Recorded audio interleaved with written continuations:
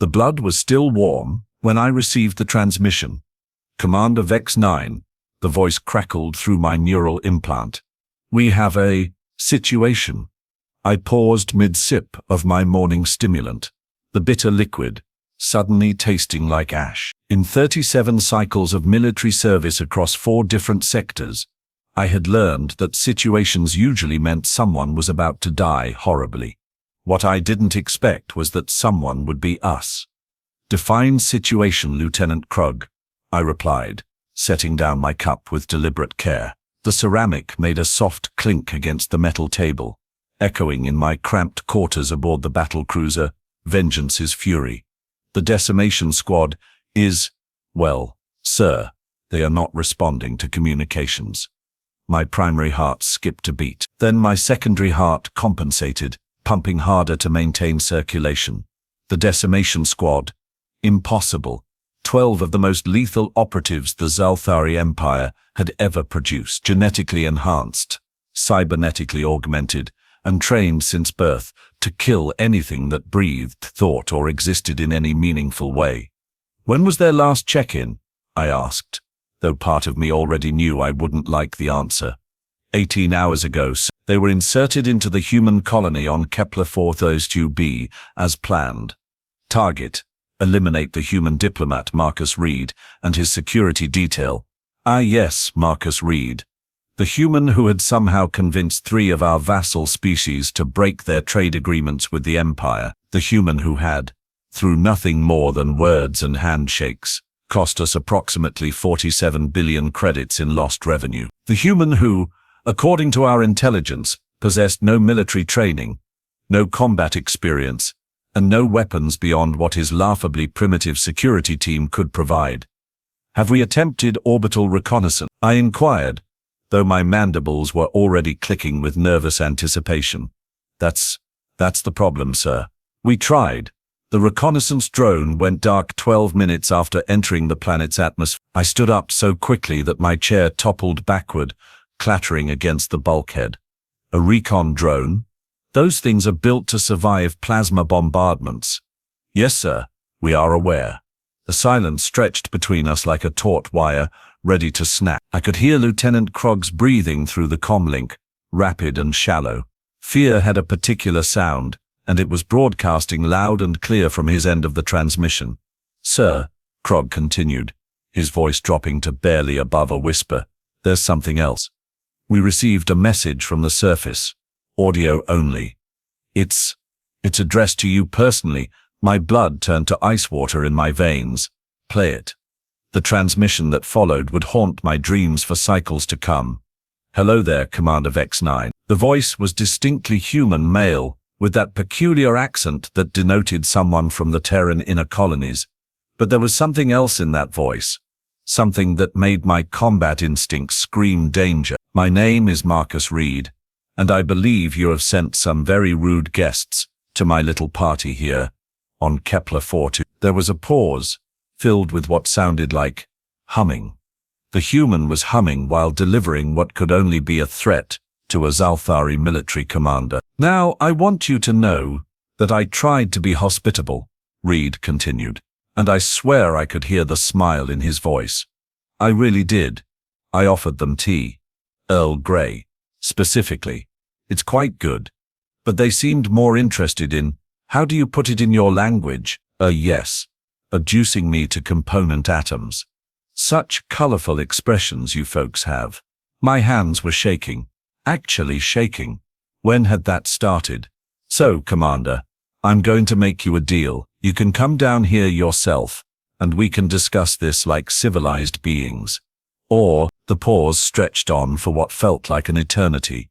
Or, I can continue sending your people back to you the way I have been doing. Though I should warn you, the shipping costs are getting rather expensive. The transmission ended with a soft click, leaving me staring at the comm panel like it had personally insulted my entire genetic lineage. Lieutenant Krog, I said slowly, what did he mean by shipping costs? Sir, we have been receiving packages, 12 of them, actually. They arrived via automated cargo pods, each one programmed with imperial military shipping codes. The room started spinning. What was in the packages, Lieutenant? Pieces, sir. Parts of the decimation squad. Each package contained biological samples, along with personal effects. And, sir, each package also contained a note. I gripped the edge of my desk until my knuckles turned white. What did the note say? The same thing, sir. All 12 notes. They said, a return to sender. Assembly required. I had to sit down, actually had to lower myself into my chair before my legs gave out entirely. The decimation squad, 12 of the Empire's finest killers, reduced to shipping materials by one human diplomat. Sir, Lieutenant Krog's voice was barely audible now. What are your orders? What were my orders? Standard Imperial protocol dictated immediate orbital bombardment of any hostile position, turn the entire continent into a glass crater, and call it a day. But something told me that wouldn't work here. Something told me that Marcus Reed had anticipated that response. Pull up everything we have on Marcus Reed, I commanded, forcing my voice to remain steady. Personnel files, psychological profiles, combat records, education history, medical records, dietary preferences, preferred mating positions, everything. Sir, our intelligence indicates he has no combat experience. He's a career diplomat. Born on Terra, educated at Oxford Lunar University, specializes in interspecies trade negotiations. No military service record, no weapons training, no criminal background. He's about as dangerous as a Terran houseplant. I stared at the comm panel, processing this information. A career diplomat, with no combat training, had just dismantled 12 of our most elite operatives. Either our intelligence was catastrophically wrong, or, Lieutenant, I want you to run a full spectrum analysis on those packages. DNA verification, temporal displacement readings, psionic residue, everything. Already done, sir. All samples confirmed as authentic decimation squad personnel. No signs of advanced weaponry usage, no energy weapon signatures, no explosive residue, no chemical warfare agents, no biological weapons, no nanotechnology, no evidence of psionic attack. Then how in the seven hells of Zelthar did he kill them? Unknown, sir. But, sir, there's something else. We also received a video message. It's not pleasant. My stomach clenched. Show me. The holographic display flickered to life, revealing a scene that would have been comical if it weren't so absolutely terrifying. The setting appeared to be an ordinary human dwelling, complete with furniture that looked like it had been purchased from a discount catalog. Sitting in what appeared to be a comfortable chair was Marcus Reed himself. He was exactly as our intelligence had described, middle-aged, slightly overweight, with graying hair and laugh lines around his eyes. He wore a simple button-down shirt and what humans called khakis. He looked like someone's accountant, not someone who had just committed mass murder. Hello again, Commander Vex-9, Reed said, raising a cup of tea in a mock salute. I thought you might want to see how your friends spent their final moments. The camera angle shifted, revealing 12 figures bound to chairs arranged in a semicircle around Reed. The decimation squad, still in their advanced combat armor, helmets removed to reveal faces locked in expressions of pure terror. Now, I know what you are thinking, Reed continued conversationally. How did one harmless human subdue 12 of the Empire's finest warriors? Well, that's actually a fascinating question, and I'm delighted to provide an answer. He stood up from his chair and walked over to the nearest bound figure. You see, your intelligence was correct about one thing. I am indeed a diplomat. I specialize in negotiation, mediation, and conflict resolution. But what your files failed to mention is exactly how I became so good at my job. Reed reached into his pocket and withdrew what appeared to be a simple pen. Psychological warfare, Commander. The art of breaking someone's mind without laying a finger on them. It's amazing what you can accomplish when you really understand fear. He clicked the pen once, and the bound warrior flinched as if struck by lightning. Your operatives were trained to handle pain, to endure torture, to resist interrogation, but they were never trained to handle this. Reed smiled, and for the first time, I could see why 12 elite assassins might have been afraid. That smile didn't reach his eyes. Those eyes were cold, calculating, predatory. I spent 6 hours with each of them, Commander.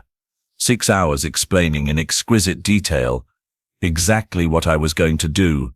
6 hours describing the precise methods I would use to dismantle them. 6 hours letting them understand that their death was not just inevitable, but creatively inevitable. He walked to the next chair, and the warrior there actually whimpered. You see, the human mind is remarkably resilient when faced with immediate threats, but when faced with the certainty of prolonged, methodical destruction, well, that's when things get interesting. Reed continued his casual stroll around the semicircle, occasionally reaching out to touch one of the warriors, each contact causing a visible flinch. I didn't use weapons, Commander. I didn't need to. I simply talked to them. I explained the 17 different ways I could kill them using only materials I had readily available in my kitchen. I described the precise sequence of injuries I would inflict to maximize suffering while maintaining consciousness. I detailed the specific psychological techniques I would employ to break their will to resist. He returned to his chair and sat down, crossing his legs comfortably. By the 3rd hour, they were begging. By the 5th hour, they were providing detailed intelligence about Imperial military operations. By the 6th hour, Reed's smile widened. Well, by the 6th hour, they were practically volunteering to die. The transmission flickered, and when it resumed, the chairs were empty, except for small piles of what I could only assume were organic remains. I kept my word, of course, Reed said, sipping his tea. I killed them exactly as I promised. Slowly, methodically, and with great attention to detail. I even recorded the process, though I doubt you'd want to see those particular files. He set down his cup and looked directly into the camera. Now, Commander, I believe we have something to discuss. You can either come down here alone, unarmed, and we can negotiate like civilized beings. His expression darkened. Or I can demonstrate what 12 was just the appetizer course. The transmission ended with Reed's laughter echoing through my quarters. I sat in stunned silence for several minutes, trying to process what I had just witnessed. Marcus Reed, the harmless diplomat, had just single-handedly destroyed the Empire's most elite military unit using nothing more than words and kitchen implements. Sir, Lieutenant Krog's voice cut through my horrified reverie. The fleet is standing by for orders. Do we proceed with orbital bombardment? I looked at the blank screen where Reed's face had been moments before. Something told me that bombardment wouldn't solve this problem. Something told me that Marcus Reed had anticipated every possible military response we might employ. Negative, Lieutenant. Prep a shuttle. I'm going down there. Sir, that's not advisable. Protocol dictates. Protocol didn't account for this situation, Lieutenant. I stood up and walked to my weapon locker, then stopped. Reed had specifically requested that I come unarmed. Given what he had just accomplished, I was inclined to honor that request. Sir, you can't be serious. This human is clearly some kind of monster. Send the entire fleet down there. Turn the planet into plasma. I turned to face the comm panel, and when I spoke, my voice carried the authority of 37 cycles of military command. Lieutenant Krog, I have seen a lot of impossible things in my career. I have watched entire fleets disappear into hyperspace anomalies. I have seen planets crack in half from seismic weapons. I have witnessed the birth and death of stars. I paused, letting the weight of my words settle. But I have never, ever seen anything like what Marcus Reed just showed us. I walked to the viewport and stared down at the planet below. Somewhere on that blue-green sphere, a human diplomat was waiting for me with a cup of tea and God only knew what else. Prep the shuttle, Lieutenant. And Lieutenant, if I don't report back within 24 hours, you are to withdraw the fleet to minimum safe distance and await further orders from Imperial Command. Sir, what should I tell them? I considered the question carefully. How do you explain to your superiors that one human had just redefined the concept of warfare itself? Tell them, I said slowly, that we may have underestimated the humans. As I prepared to depart for what might very well be my final mission, one thought kept echoing through my mind.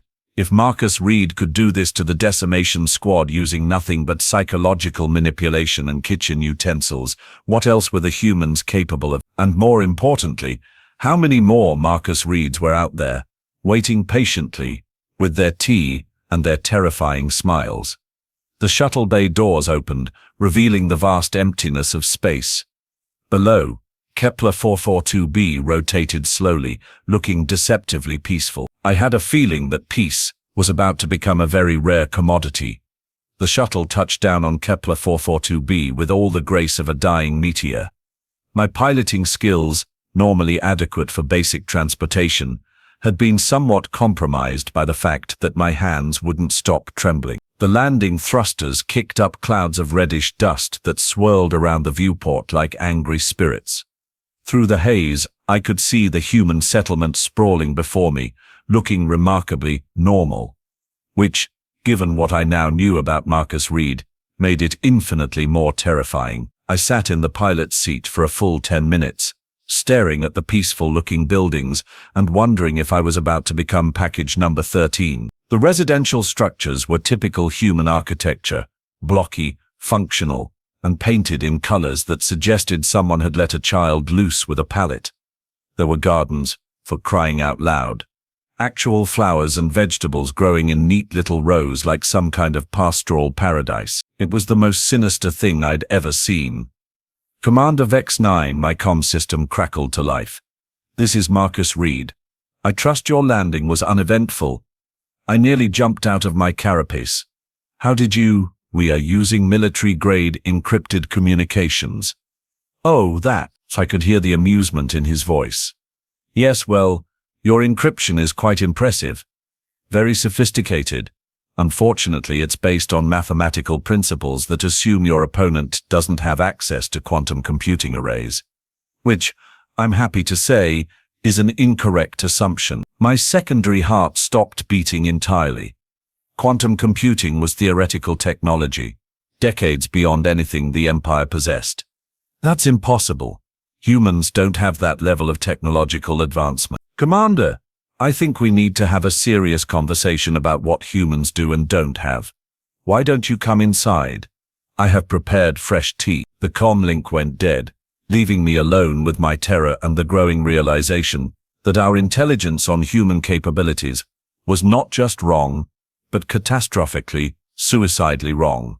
I opened the shuttle's airlock and stepped onto the surface of Kepler. The air was breathable, if a bit thin, and carried the scent of those innocent-looking flowers. Somewhere in the distance I could hear what sounded like children playing. The normalcy of it all made my combat instincts scream warnings that I couldn't quite articulate. The walk to Reed's residence took approximately 3 minutes. 3 minutes during which I passed a dozen other humans going about their daily business. They waved at me. Actually, waved. Like encountering a 7-foot-tall, heavily armed alien was just another Tuesday for them. One small human child, perhaps 6 or 7 years old, ran up to me with a handful of flowers. "Are you here to see Mr. Reed?" she asked, her voice bright with curiosity. I stared down at her, my mind struggling to process this interaction. "Yes, he's really nice," she said, holding out the flowers. "He helped my mummy fix our garden when the space bugs ate all our tomatoes.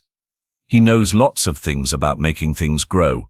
I accepted the flowers with hands that felt disconnected from my body. "Thank you."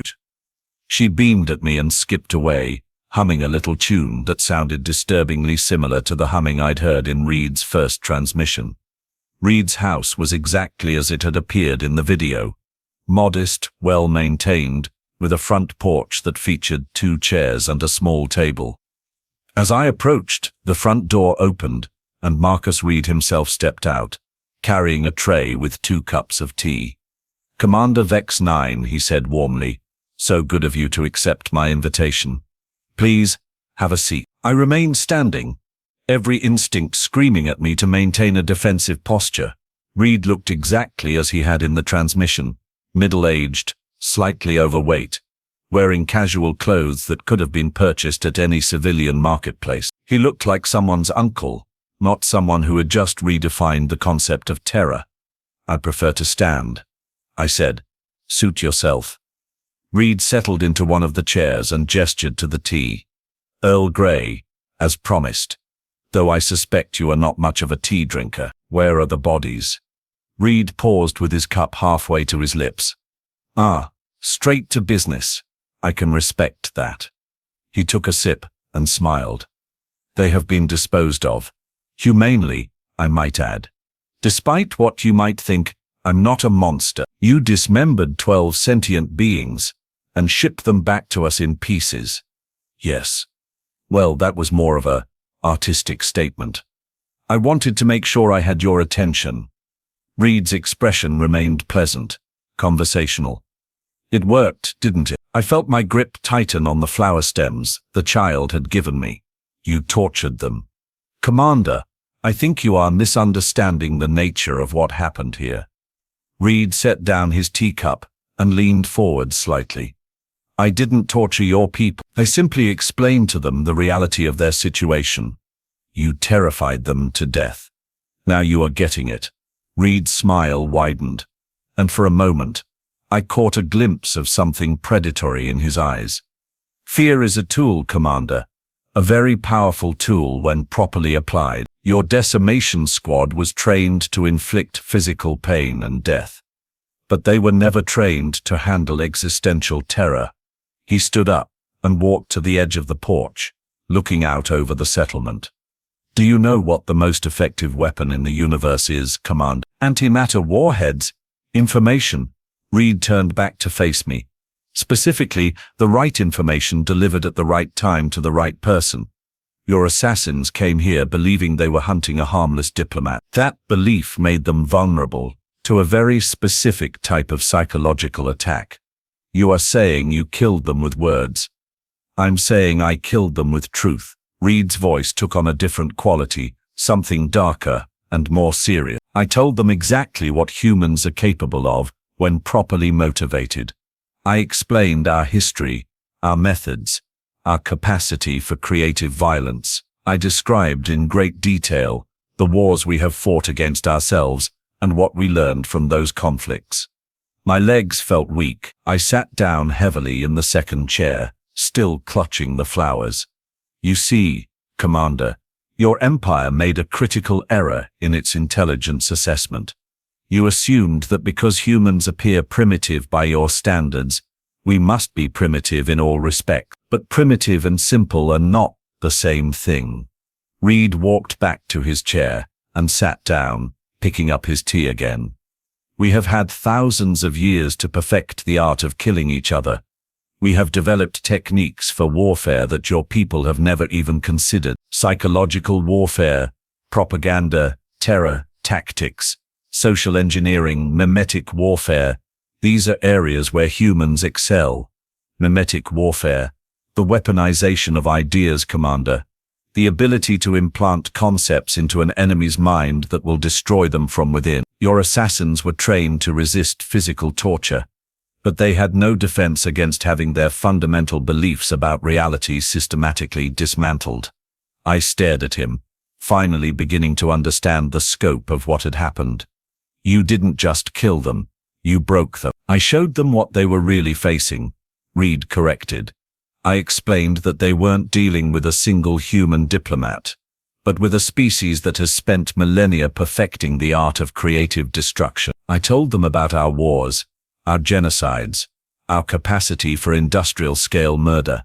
I described the methods we developed for breaking enemy morale, for turning populations against their own governments, for making victory psychologically impossible." He took another sip of tea, his expression remaining calm and pleasant. "By the time I finished explaining human history to them, they understood that they weren't fighting a primitive species. They were fighting a species that had already mastered every form of warfare your empire has ever conceived of, and several forms your empire hasn't even imagined yet. That's impossible. Your technology is centuries behind ours. Technology isn't everything, Commander." Reed's smile returned, but it was different now, sharper. In fact, advanced technology can be a weakness if you become too dependent on it.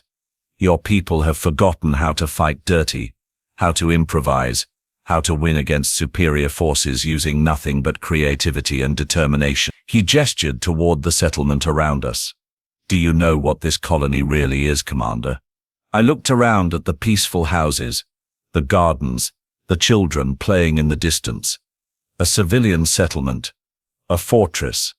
Reed's voice carried a note of pride. Every building is a defensive position. Every garden is a supply depot. Every civilian is a potential combatant. This entire settlement is designed to appear harmless, while being capable of withstanding a siege that could last for years. My blood turned to ice. You are saying this is a military installation. I'm saying this is a human settlement, which means it's a military installation by default. Every human colony is designed for war, Commander. We just don't advertise that fact.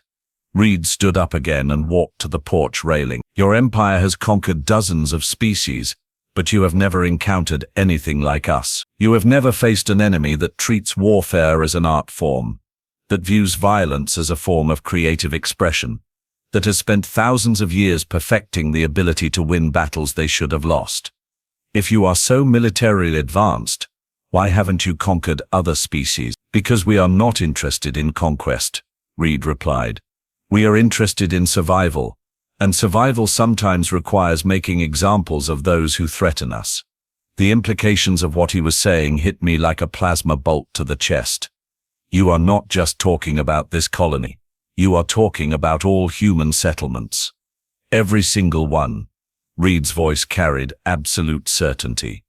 Every human world, every human station, every human ship is designed around the assumption that someday, someone will try to destroy us. And when that day comes, we will be ready. I felt my world tilting on its axis. Everything we thought we knew about humans was wrong. Everything. Commander, Reed continued, I'm going to share something with you that will probably keep you awake for the rest of your life. The 12 assassins you sent here, they were killed using techniques that any human child learns in their basic education. What I did to them was elementary-level psychological warfare by our standards. My hands were shaking again. Elementary level, the advanced techniques.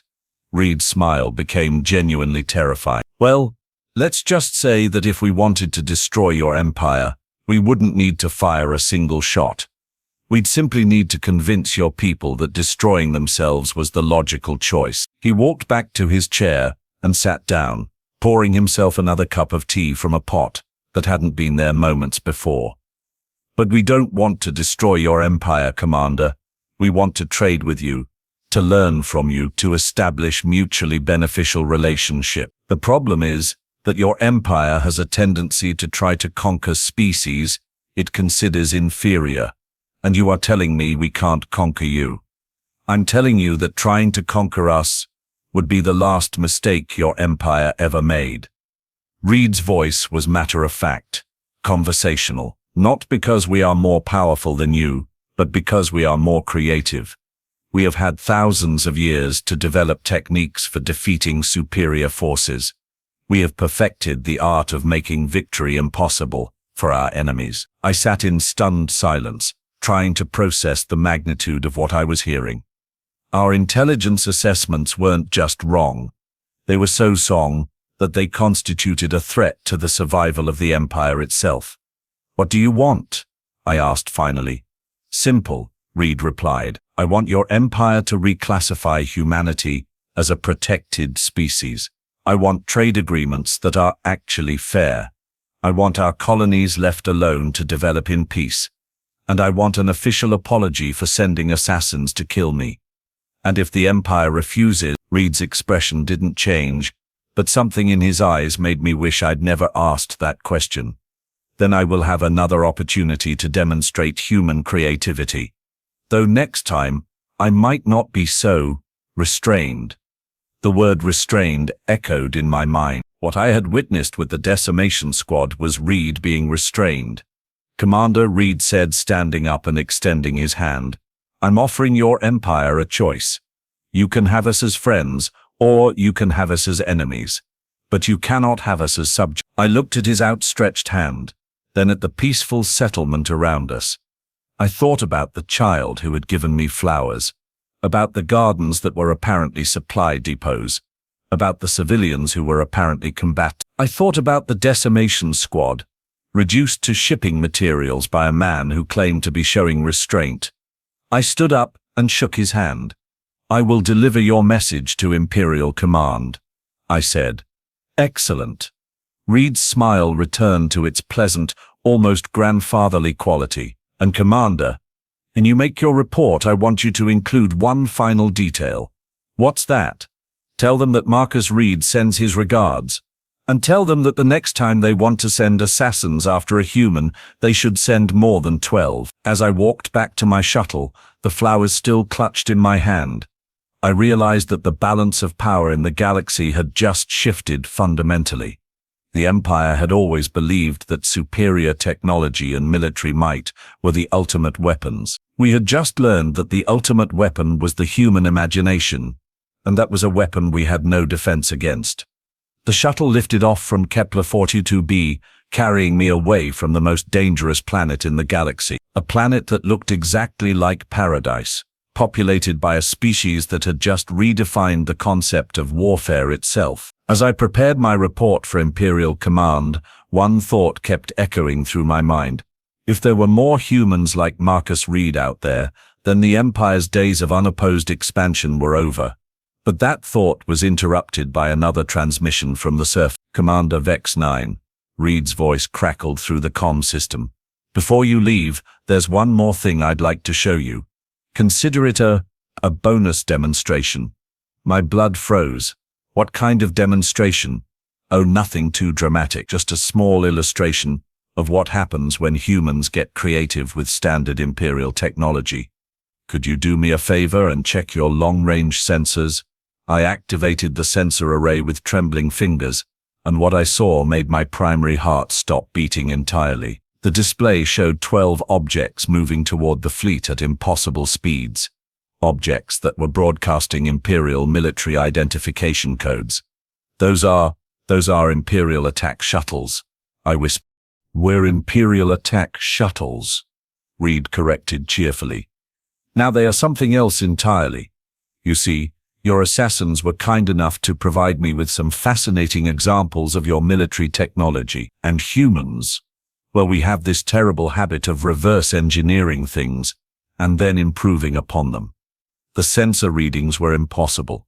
The objects were moving at near light speed, pulling acceleration that should have reduced any organic occupant to paste, but they were still broadcasting life signs. How is that possible? Commander, you are thinking like a Zalthari again. You are assuming that those shuttles still contain organic occupants. What if I told you that's no longer the case? The implications hit me like a sledgehammer. You have created artificial intelligences. Created? Oh no, Commander. That would be presumptuous of me. I simply convinced some existing intelligences to change their perspective on life. You'd be amazed what you can accomplish with the right motivational techniques. I watched in horror as the 12 objects approached the fleet. On the comm channel, I could hear Lieutenant Krog's panicked voice. "Commander, we are being hailed by the approaching vessels. They are requesting permission to dock." "Reed, what have you done?" "I have given your people a choice, Commander.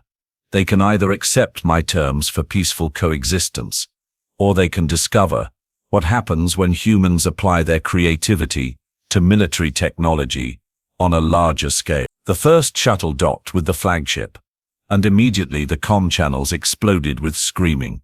But not screams of pain or fear. Screams of laughter. Hysterical, uncontrolled laughter that went on and on and on. "What's happening to my crew?" "They are learning, Commander. Learning about human humor.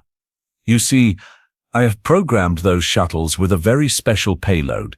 Not a weapon in the traditional sense, but rather a perspective adjustment tool." More shuttles docked with other ships in the fleet.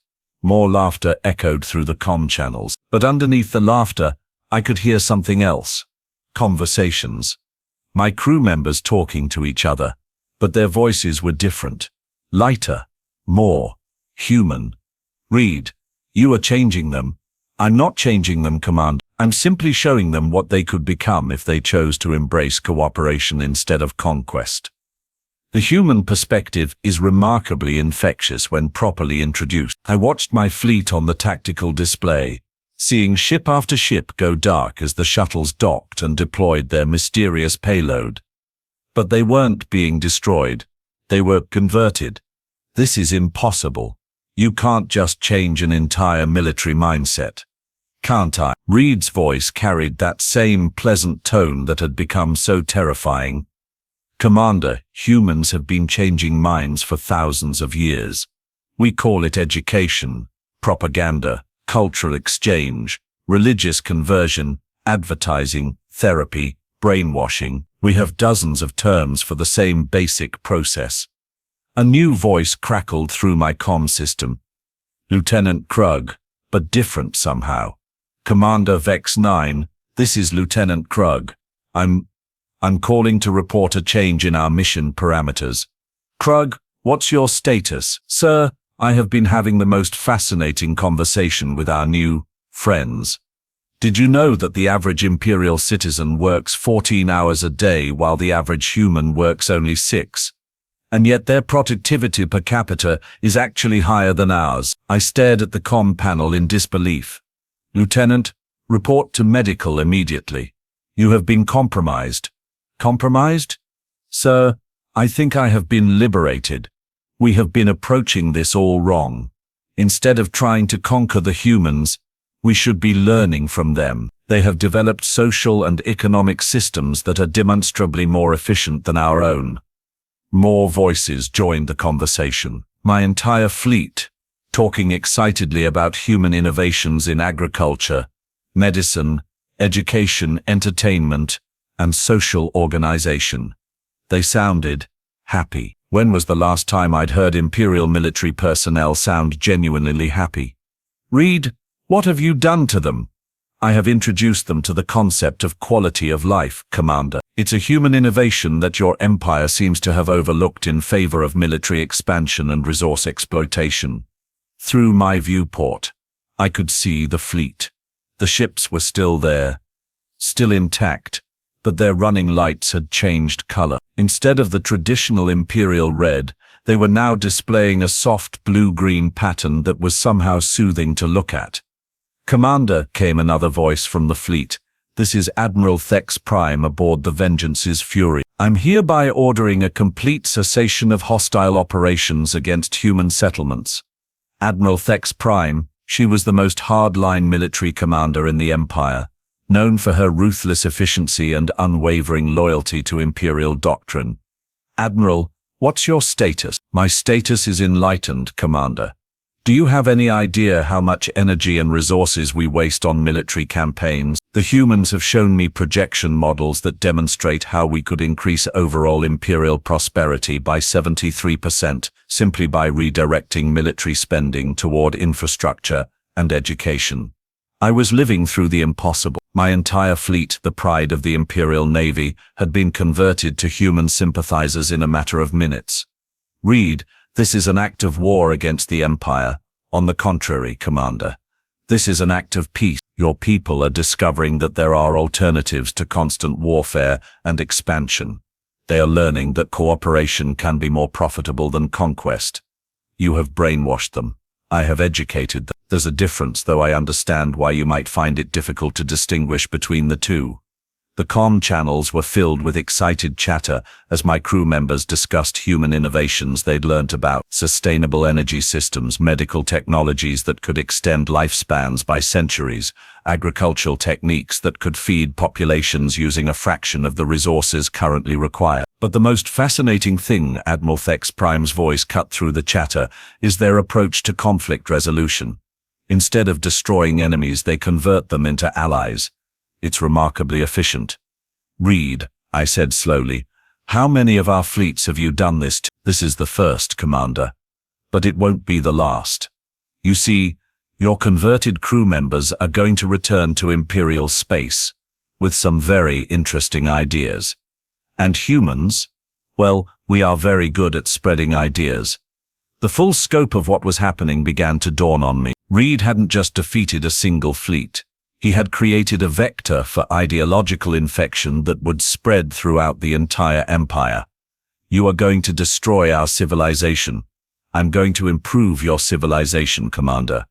Whether you want me to or not. I could hear the smile in his voice, and for the first time I understood why the child had been humming that tune. It wasn't a song of innocence. It was a song of victory. The choice is still yours, Reed continued. You can accept our terms for peaceful coexistence, or you can watch as every Imperial fleet that comes to human space gets educated about better ways of living. Either way, the result will be the same. I looked at the tactical display, watching my converted fleet prepare to return to Imperial space. They would carry with them ideas that would spread like wildfire through the Empire. Ideas about quality of life, about cooperation, about the possibility that there might be better ways to organize society than constant warfare and expansion. What do you want me to tell Imperial Command? Tell them, Reed said, that the humans are offering them a gift, the gift of a better future. They can accept it gracefully, or they can have it forced upon them. But either way, they are going to receive it. The transmission ended, leaving me alone with the weight of what I had witnessed. I had come to Kepler 4042b to investigate the loss of 12 assassins. Instead, I had discovered that humanity posed a threat to the Empire that was far more dangerous than any military force. They could change minds. They could convert enemies into allies. They could take everything we thought we knew about ourselves and show us better alternatives, and they were very, very good at it. As I prepared my final report, I realized that I had become part of Reed's demonstration. I was returning to Imperial space with ideas that would spread, with questions that would be asked, with doubts about the superiority of Imperial method. The infection had already begun, and somehow that didn't seem like such a bad thing. After all, the universe was probably big enough for both of us. As long as we remembered who had the better idea.